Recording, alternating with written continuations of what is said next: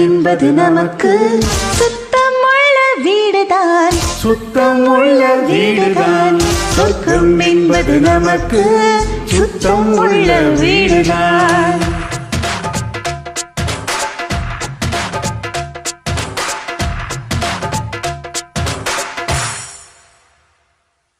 சொர்க்கம் என்பது நமக்கு சுத்தம் உள்ள வீடுதான்.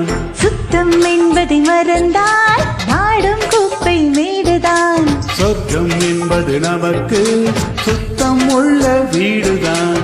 சுத்தம் என்பதை மறந்தால் நாடும் குப்பை மேடுதான். உலாவும் நிலாவில் வெள்ளை அடிக்கலாம், இங்கேயும் எப்போதும் சுத்தப்படுத்தலாம்.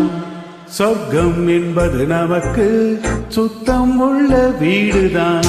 சுத்தம் என்பதை மறந்தால் நாடும்